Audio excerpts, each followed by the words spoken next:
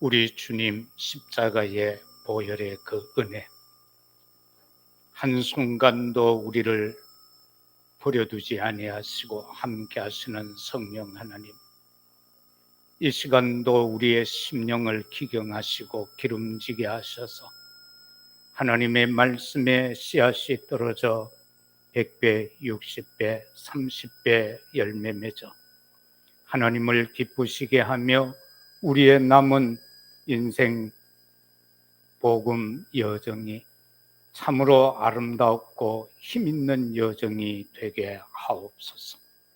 오늘 또 비대면의 현장에 있는 주의 종들에게 특별한 은혜를 주시고 명절을 맞이하여 미리 고향으로 떠나 있는 심령들에게도 주님 예배 성공의 축복을 누리게 하옵소서. 우리 구주 예수 그리스도 이름으로 기도드리옵나이다. 아멘. 하나님께서는 출애굽을 하고 있는 광야에 있는 이스라엘 백성들을 향하여서 이렇게 말씀합니다. 나 외에 다른 신을 네게 두지 말라. 바로 우상 숭배를 하지 마라. 그렇게 말씀합니다. 신약에 와서는 예수님을 통하여서 바울이 이렇게 선포합니다. 고린도전서 10장 20절에서 보면은 이방인의 제사하는 것은 귀신에게 하는 것이요 하나님께 제사하는 것이 아니라 나는 너희가 귀신과 교제하는 자가 되기를 원하지 아니하노라. 제사는 귀신과 교제하는 것이다. 그래서 나의 백성아, 그들과 교제하기를 나는 원하지 않는다. 그렇게 말씀합니다. 이스라엘 백성들이 예배 실패하여서 아브라함이 예배 실패로 인해서 430년 동안 종살이할 것이 예고되어졌고 바로 요셉 시대에 그들은 종으로 가게 됩니다. 그런데 언약을 이제 회복하고 모세를 통하여 출애굽을 하게 될 때에 하나님은 모세를 통하여서 바로에게 가서 이 말을 하라. 우리 하나님 여호와께 제사를 드리려 하오니 사흘 길쯤 광야로 가도록 허락하라. 출애굽기 3장 18절에서 그렇게 밝히는데 하나님은 연이어서 말씀하시기를 바로가 그렇게 안 할 것이다. 내 손으로 큰 역사가 일어나기 전에는 그렇게 하지 아니할 것이다. 출애굽기 11장부터 12장에서 이제 유월절에 대한 내용이 기록이 되어집니다. 그러면서 말씀하기를 10번째 재앙에서 처음 난 것은 다 내가 칠 것이다. 그때서야 그들이 너희를 애굽에서 보낼 것이다. 그러면서 12장 13절에서 내가 너희를 볼 때에 너희 그 피를 볼 때에 너희를 넘어가리라. 재앙이 넘어가리니 너희에게 내려서 멸망하지 않게 하겠다. 그것이 바로 유월절인 것입니다. 오늘 이 시대 예수 그리스도의 보혈만이 우리를 사로잡고 있는 사단을 꺾을 수가 있습니다. 오늘 우리는 읽은 본문 말씀을 통하여서 오직 복음을 전하는 전도자에게 어떤 축복이 주어지는가라는 말씀을 묵상하고자 합니다. 서론적으로 몇 가지 살펴볼 것은 우리는 하나님의 계획을 알아야 됩니다. 여호와 하나님의 계획이 뭡니까? 하나님을 떠난 인생을 위하여서 메시아를 보내시겠다는 것이 하나님의 계획인 것입니다. 창세기 3장 15절을 통하여서 여자의 후손이 뱀의 머리를 상하게 할 것이다. 창세기 6장 14절에서 방주를 지어라. 그 안에 들어가는 자 다 생명을 보존받으리라. 그러면서 희생 제사에 대한 약속이 나옵니다. 그것이 하나님의 계획입니다. 우리는 또한 하나님의 뜻이 무엇인가를 알아야 합니다. 하나님의 뜻은요, 저와 여러분이 행복한 삶을 살기를 원하는 것이 하나님의 뜻입니다. 데살로니가전서 5장 16절에서 18절을 보면은 항상 기뻐하라, 쉬지 말고 기도하라, 범사에 감사하라, 이는 너희를 향하신 하나님의 뜻이다라고 했습니다. 우리가 눈물 흘리고 근심하고 염려하고 걱정하면서 사는 것을 하나님은 원하지 않습니다.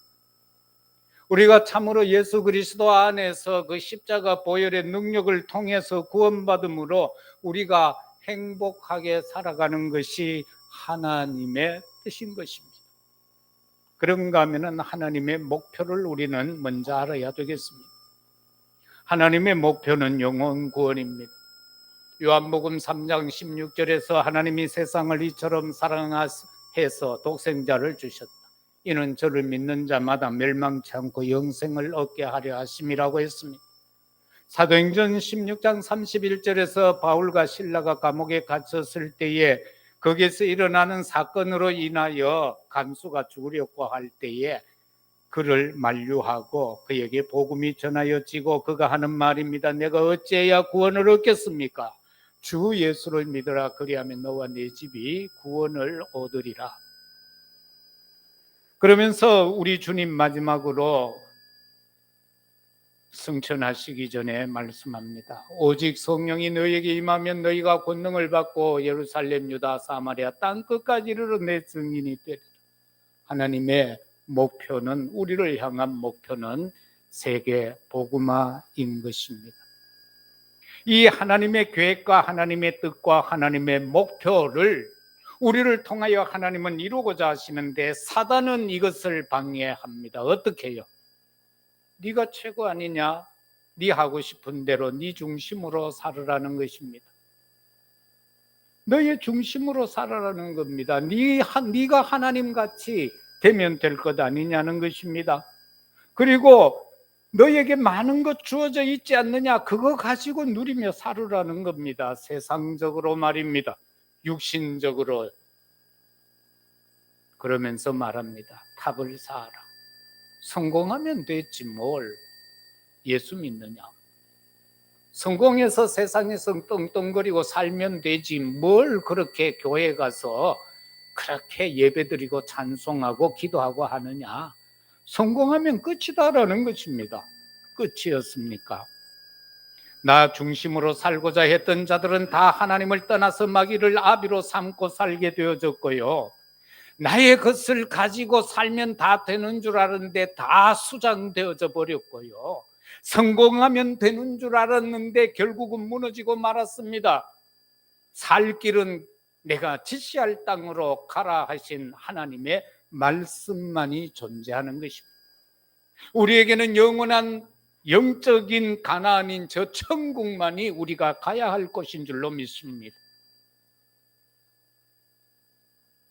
하나님은요, 이 사단의 권세를 깨뜨렸습니다. 그런데 사단은 죽지 아니하고 아직도 존재합니다. 이것은 영원히 존재합니다. 그래서 지옥을 만드시고 하나님은 그를 따라가는 자들과 함께 그를 지옥에 가둔다라고 말씀합니다. 그게 우리 주님 재림하실 때의 마지막 백보자 심판으로 이루어지는 것입니다. 그래서 오늘 읽은 2절의 말씀에도 보면은 여호와의 은혜의 해와 그랬는데, 그리고 그 뒷절에 보면 우리 하나님의 보복의 날이 선포되고라고 했죠. 그런데 신약에서 예수님이 이 구절을 인용하실 때에는 앞부분만 말씀하셨습니다. 여호와의 은혜의 해, 여기에 대해서만 인용하셨습니다. 뒷부분 인용하지 아니하셨습니다. 왜? 그것은 당신께서 재림하셔서 마지막 심판하실 일이기 때문에 말씀하지 아니하셨습니다.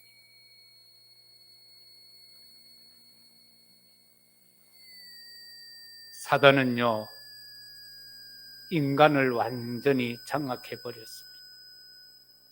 사단이 조종하는 대로 사람들은 살아갑니다. 정치인들, 권력가들, 배운 자들 다 사단의 조종을 받아 살아갑니다. 3단체가 세상을 장악해버렸습니다. 이러한 상황 속에서 구원받은 하나님의 백성, 싸우면 안 됩니다. 원망하면 안 됩니다. 불평해서도 안 됩니다. 우리는 영적으로 사단과 싸워야 하고 3단체와 싸워야 하는데 우리끼리 다투고 시기하고 질투하고 할 시간 없다라는 것입니다.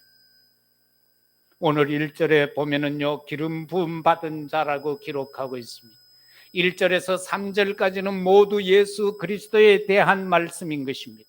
구세주에 대한 말씀인 것입니다. 바로 기름 부음 받은 자가 누구입니까?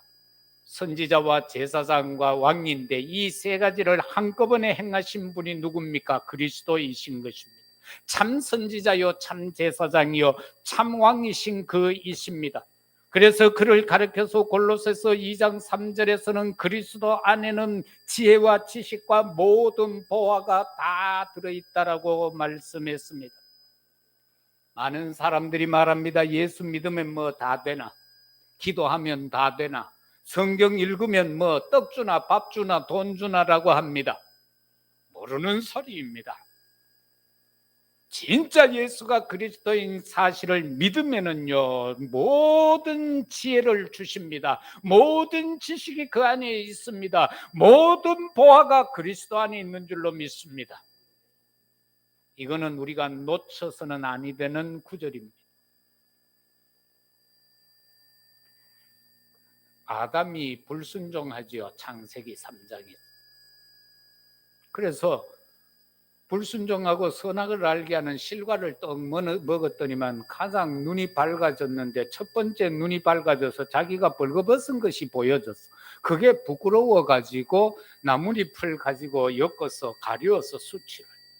그런데 그게 얼마 가지 않아야 해서 떼양볕에 의해서 바스러졌어. 수치가 드러나서 할 수 없어서 나무 숲을 뒤에 숨었어요. 그런데 이 숨어 있으면 하나님 좀 내 대비를 두면 좋을 낀데 하나님이 찾아와서 아담아 아담아 하고 불렀어. 아담이 내가 여기 있습니다. 근데 니 왜 그 숨었노?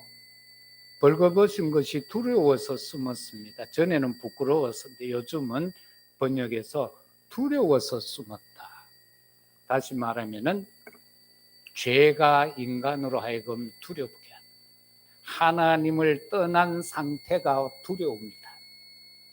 우리에게 왜 두려움이 옵니까? 왜 근심이 옵니까? 왜 걱정하고 염려가 자꾸 나를 사로잡습니까? 하나님하고 거리가 멀어졌다는 겁니다.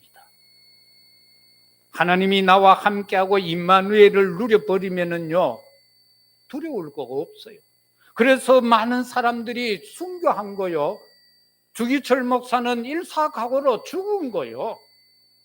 아무 상관이 없어요.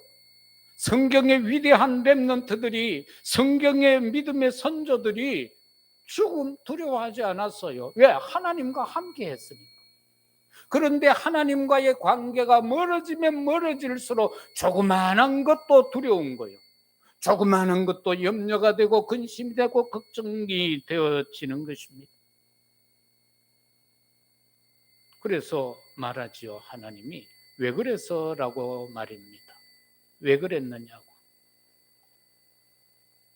그러니까 하는 말이 참 웃기죠. 하나님이 짝지어준 저 여자 때문에 그랬습니다. 그래, 하와야 니는 왜 그랬노?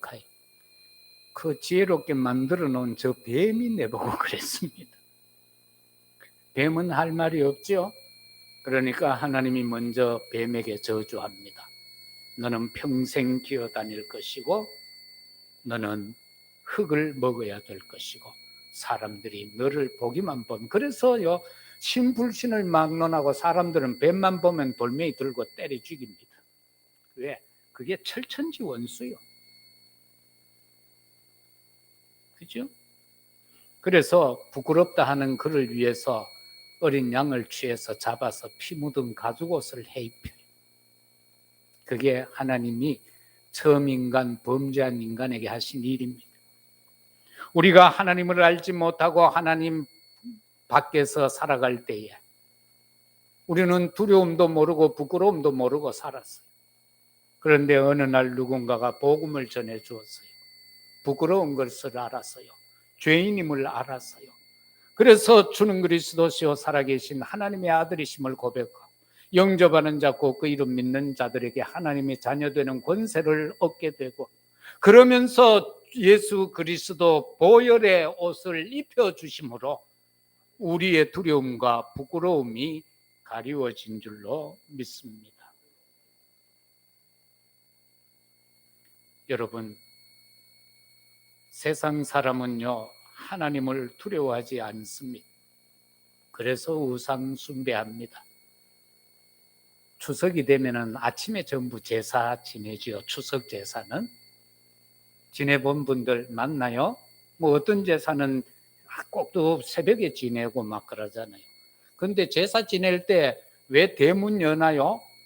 하나님은요 예수님은 부활하시고 제자들이 있는데 문도 안 열고 그냥 왔다 갔다 하셨는데, 귀신님 오시는데 문 걸어 잠가 놓으면 못 들어온다고 대문 열고요. 옛날에는 시골에 보니까 빨래줄도 걷더라고요. 사람들 왜 혹시 귀신님 못 걸릴까 싶어서 그런 걸 섬긴다니까. 그게 할배라고, 그게 할매라고. 그런데 예수님 분명히 말씀이요, 그건 귀신이다라고 했어요. 귀신이다라고 말입니다.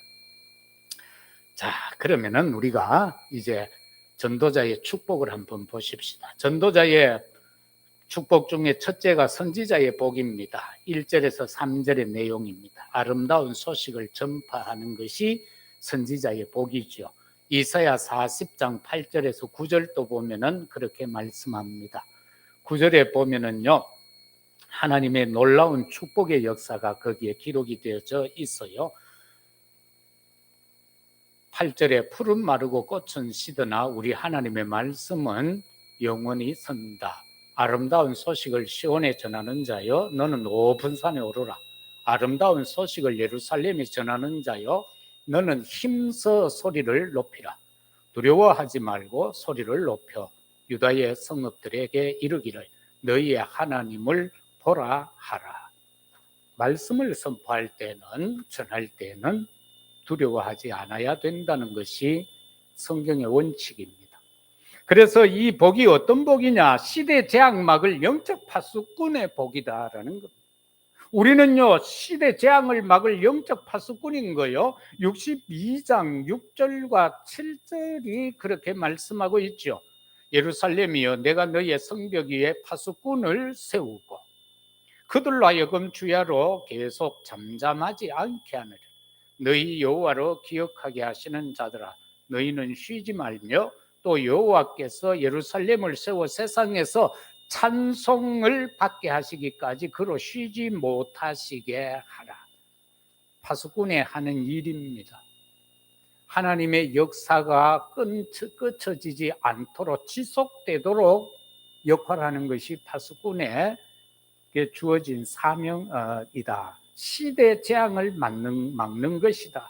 그러면서 파수꾼이 누리는 축복이 또 하나 있어요. 파수꾼이요 밤새도록 지키잖아요. 적이 쳐들어오나 안 오나. 그래서 비상벨을 눌려서 알리기도 하고요. 막 그렇게 하죠. 그런데 그들에게 이제 수고하는 저녁이 지나고 아침이 왔다는 겁니다. 새로운 아침을 맞이하면 쉬는 시간이잖아. 이 아침을 맞이하는 행복, 이걸 저와 여러분들이 느껴져야 돼요.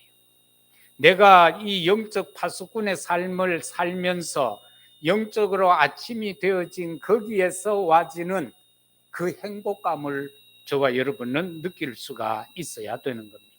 그런가 하면은 선지자의 복음 전파예요. 저와 여러분들은 복음을 전파하는 것이 바로 선지자의 축복이라는 겁니다. 이거는 오직적인 것이고 유일성적인 것이고 재창조적인 것이에요. 하나님의 말씀의 역사는 보좌의 축복을 이루는 것이고 말씀을 회복하는 것입니다. 그래서 우리는 이 말씀에 대하여 여러 가지를 생각해야 합니다. 이 말씀을 잘못 해석해 버리면 그게 이단이잖아요. 문선명이 하나가 잘못 깨달아 가지고 해버리니까 수십만 수백만 명이 잘못된 길로 가버리잖아요. 그는 창세기 3장을 가르쳐서 육신적인 바로 타락이라고 그래요. 그래서 뱀하고 사단하고 하와가 가늠했다는 거예요. 그래서 피가름이라는 것이 나오고, 그래서 예수의 피가 필요한데 지 피를 발라야 된다는 거예요. 그래서 나쁜 짓 다 하고 저렇게 죽어가 버렸다고. 이 한 사람이 잘못 말씀을 깨달아 버리면은 엄청난 거예요. 작은 교회 목사가 잘못 깨달으면은 소수가 잘못되지만, 큰 교회의 목사가 잘못 깨달아 버리면은 수만, 수천, 수만, 수십만 명이 문제가 된다라는. 그래서 저와 여러분은요, 정말 이 복음 전파를 제대로 해요. 말씀은 그냥 순종하고 따르면 되는 것이, 말씀을 자꾸 난도질하면 안 돼요. 이거는 어떨 것이다, 어떨 것이다, 이럴 것이다. 아니, 예수님이, 하나님이 이렇다라고 하면 가라고 하면 가면 되고, 서라 하면 서고, 먹지 마라 하면 안 먹으면 되고, 먹으라 하면 먹으면 되고, 예배 드려라 하면 예배 드리면 되고, 우상 숭배하지 마라 그러면 우상 숭배 안 하면 되는 거예요. 거기에 이설이 필요 없어요. 뭐 구약에는 그렇겠고 신약에 천만의 말씀, 구약과 신약이 어디에 있습니까? 하나지요. 하나님의 시간표 속에 구약 신약이 어디에 있습니까?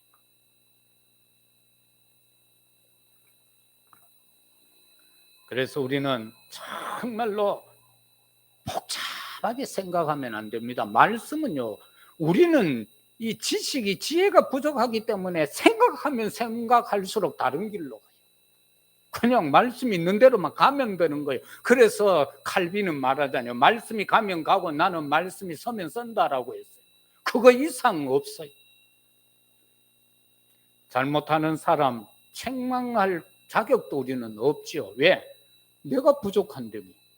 내가 온전치 못한데 누구 보고 잘했다 못했다 할 수가 있습니까? 그래서 우리는요, 정말 우리의 마음을 한데 묶어야 돼요. 올해 들어서 한국 부흥기에, 교회 부흥기에 훌륭한 목사님들, 지도자들이 한 사람 한 사람 죽은 이번 주간은 조영기 목사님이 천국으로 갔지요. 참 훌륭한 분들 아닙니까? 그죠? 이 많은 분들이 한국 교회를 이끌어왔어요. 그러면 우리는 그분들에게 배울 점은 배우고 잘못된 건 또 안 배우면 돼. 그분도 옛날에 한마디 잘못했다 큰일 났어요. 제사를 허용한 적이 있었거든. 그랬다가 이단으로 공격받고 어려움을 많이 받았어요. 세시 풍속이니까 뭐 해도 된다는 식으로 한번 설교했다가 그렇게 평생 꼬리를 달고 살았어요. 그리고 축복을, 영적인 축복보다 육신적인 축복을 앞에 뒀어요. 그래서 또 공격을 받았죠. 그러나 한국 교회를 세계에 알리고 또 세계 최고의 교회가 되도록 한 큰 일을 감당했다라고 볼 수 있습니다. 또 한국에는 많은 또 훌륭한 여종들도 많았죠. 막 그래가지고 하얀 모자 쓰고 막 복음 전하고 말입니다. 환자들 막 낫수고 그렇게 하죠.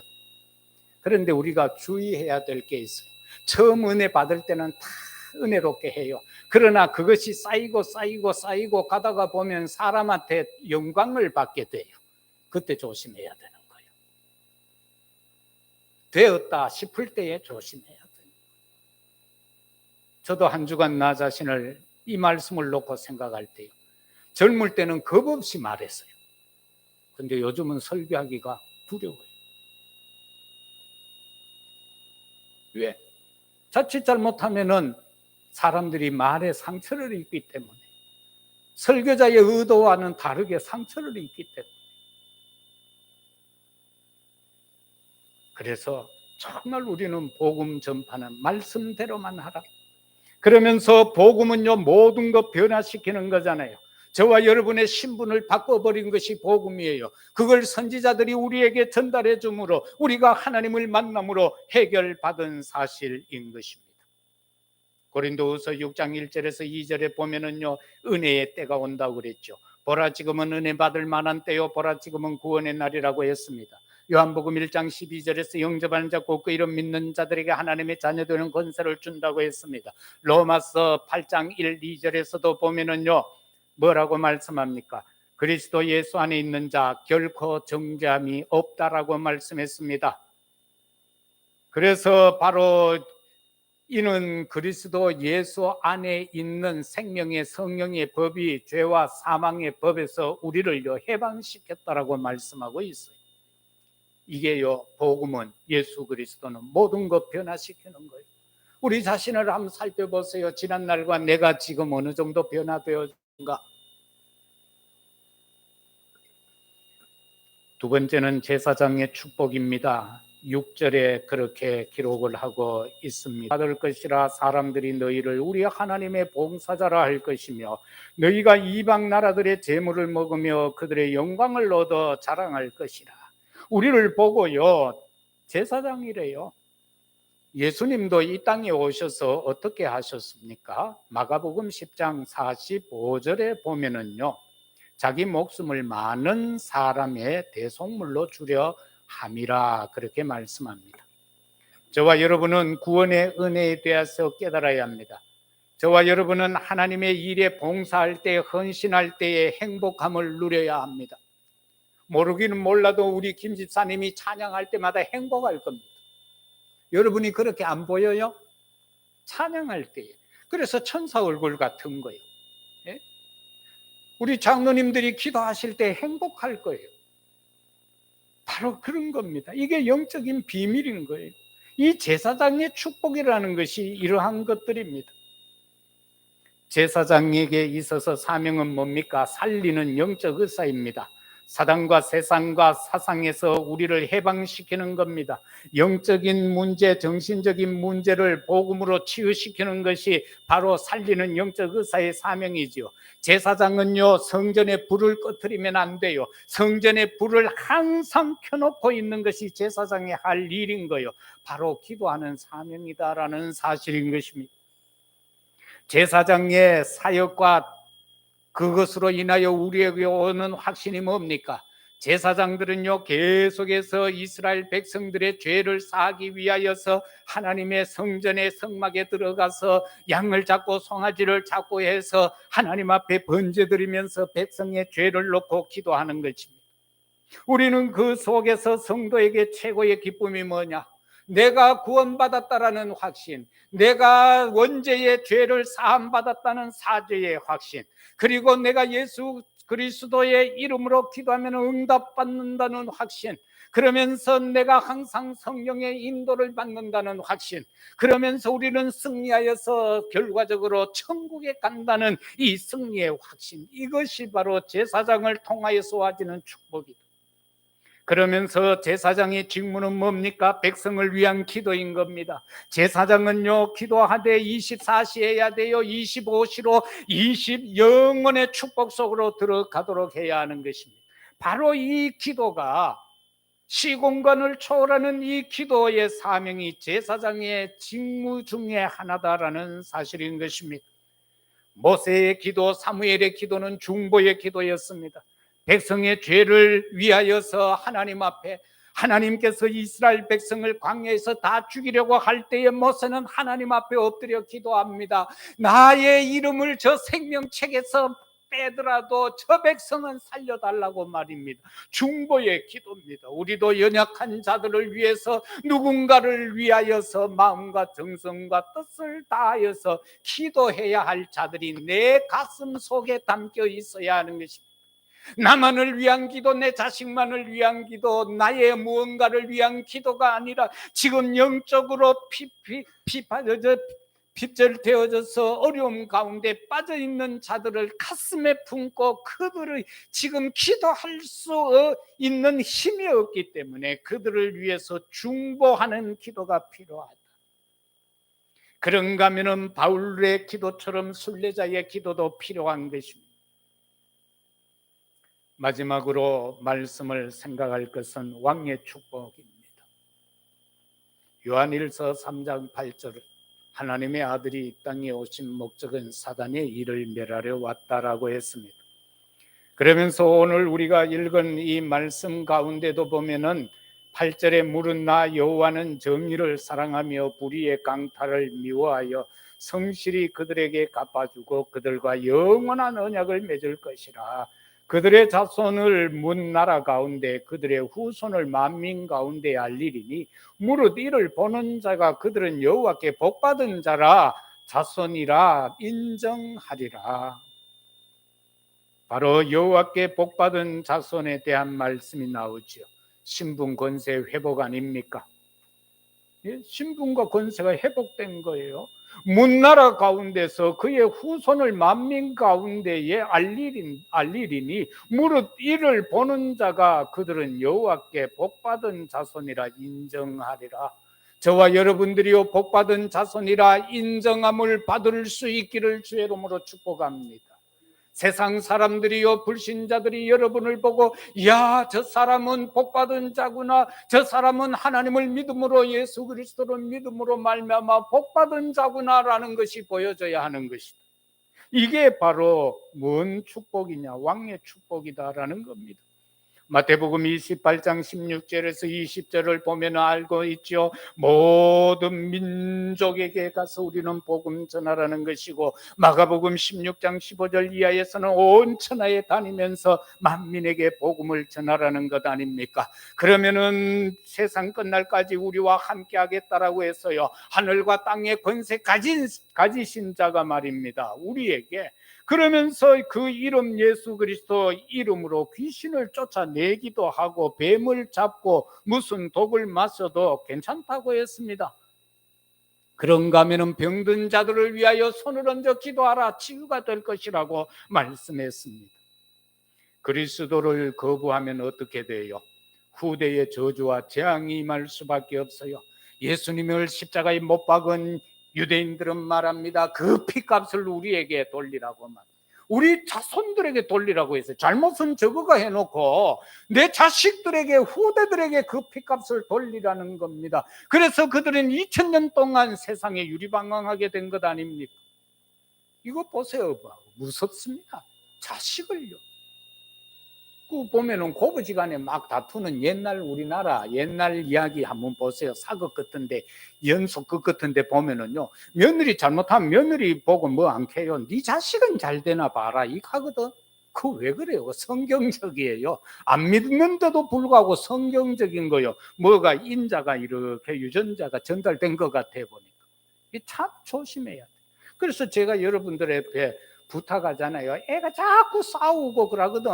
야, 이 망할 놈아, 절대 하지 마시고요. 야, 이 국회의원 될 놈아 그러세요. 왜? 우리나라에서 가장 싸움받기 잘하는 것이 국회의원들이라.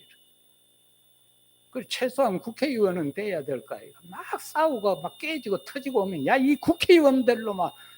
그게요, 우리의 일반적인 삶의 기도인 거예요.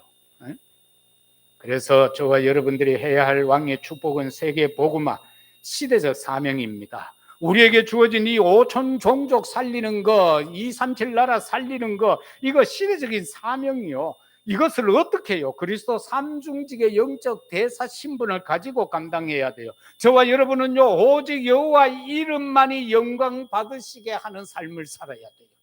저와 여러분은요, 오직 하나님의 말씀만 성취되기를 기도하고 살아야 돼요. 오직 그리스도 이름으로 영적 싸움하는 것이 전도라는 사실을 깨닫고 살아야 돼요. 그래서 우리는 여기에 집중해야 된다는 겁니다. 민족과 국가 살린 서밋 되어져야, 이게 바로 왕의 축복인 거예요. 에스더 4장 16절에 보면은 에스더가 이제 막 금식 기도하고 나서 백성이 죽게 된 사실을 가지고 아하스웨로 황제 앞에 갑니다. 갈 때에 그냥 가면 안 되거든요. 그래서 막 죽으면 죽으리라 각오하고 가는 겁니다. 거기에 뭐가 뒷받침됐습니까? 자기와 종들과 그리고 온 이스라엘 히브리인들이 함께 기도하고 있잖아요. 그래서 왕 앞에 갑니다. 왕 앞에 섰어요. 승리했어요. 세계 살릴 섬이 되는 겁니다. 요셉을 보세요. 모세를 보세요. 여호수아를 보세요. 다니엘을 보세요. 바울을 보세요. 그들은요 승리했습니다. 그들은 승리했습니다. 잠언 22장 29절처럼 신실한 자는 성실한 자는 왕 앞에 선다라고 말씀하지 않았습니까? 이들은요 왕 앞에 서서 여호와 하나님의 살아 계심을 증거한 자들입니다. 저와 여러분도요 이번 이 기회를 통하여 명절을 통하여서 세상 모든 사람 앞에서 정말로 여호와가 참 왕이신 사실을, 여호와가 하나님인 사실을 증거할 수 있는 우리들이 되기를 바랍니다. 우리 대구 선교교회는 237 나라의 빛이 되어야 될 줄로 믿습니다. 말씀 맺겠습니다. 사랑하는 성도 여러분들, 꼭 수요 기도회, 금요 기도회, 새벽 기도회 뿐만 아니라 저와 여러분들은요 평상시 기도가 성공되어져야 합니다. 늘상 무슨 사건이 있으면, 문제 있으면, 일이 있으면 그거 가지고 하나님 앞에 기도하세요. 하나님, 이런 일이 발생했습니다. 어떻게 하면 좋습니까? 라고 말입니다. 해결해 주세요라고는 기도하지 마세요. 왜? 그건 하나님이 하실 일이니까. 신원을 하세요. 하나님, 이런 일이 생겼습니다 라고 하는 거는 신원이라고 합니다. 하나님, 내게 지금 이런 악한 일이 생겼습니다. 어떻게 하면 좋습니까? 라고 그냥 고발해 놓으세요. 그러면은 다 접수합니다. 접수해서 그 접수된 순서에 따라서, 시간표에 따라서 하나님이 응답 결제하는 거예요. 그래서 아무 걱정하지 말라는 거예요. 구하고 차고 두드리라. 그럼 다 된다라고 하지 않았습니까? 자, 그리고요 정말로 평상시 예배 성공하면 되는 겁니다. 오늘 우리가 여기 나와서 하는 거는 공예배라고 그래요. 약속된 시간에 구원받은 백성들이 한 자리에 모여서 합심하여 예배하는 거예요. 그러나 평상시 예배는 모든 현장, 언제 어느 때든지 내 혼자 하나님 앞에 예배하는 걸, 그걸 말하는 거예요. 얼마나 쉬워요. 그건 5분 만에 할 수도 있고요, 성가대 없어도 돼요. 내 혼자 찬양하면 되고요. 그렇게 꼭 하시기를 바랍니다. 여러분의 모든 삶 자체가 예배가 되기를 바랍니다. 여러분 삶 그 자체가 기도가 되기를 바랍니다. 그러면은요 하나님의 무한한 능력이 오게 될 것입니다. 이 시대 마지막 사역, 237 나라 5총족을 향한 미션, 치유와 서밋 우리에게 맡겨주신 바 되었습니다. 얼마나 감사한 일입니까? 얼마나 축복된 일입니까? 이것이 바로 전도자에게 주어진 축복입니다. 그런데 그냥으로 생각하지 마세요. 오직입니다. 오직 복음 전도하는 자에게 주어진 축복. 선지자의 복, 제사장의 복, 왕의 축복. 이것을 이 한 주간 현장에서 누리며 확인하고 승리하는 우리 모두가 되시기를 예수 그리스도 이름으로 축복합니다. 아버지 하나님, 감사합니다. 참으로 우리에게 보좌의 축복을 이 한 주간 현장에서 누리게 하옵소서. 시공간의 능력을 확인하게 하옵소서. 참으로 우리의 남은 여생을 통하여 237 나라의 빛, 이 축복을 누리게 하옵소서. 세상 사람들이 즐기는 명절이 되었습니다. 우리는 즐김의 수준이 아니라 이것이 캠프의 날이 되어지게 하옵소서. 하나님의 축복을, 그 능력을, 그 구원의 역사를 확인하는 명절이 되게 하옵소서. 구주 예수 그리스도 이름으로 기도드리옵나이다. 아멘. 518장 찬양 드리며 예물 드리겠습니다.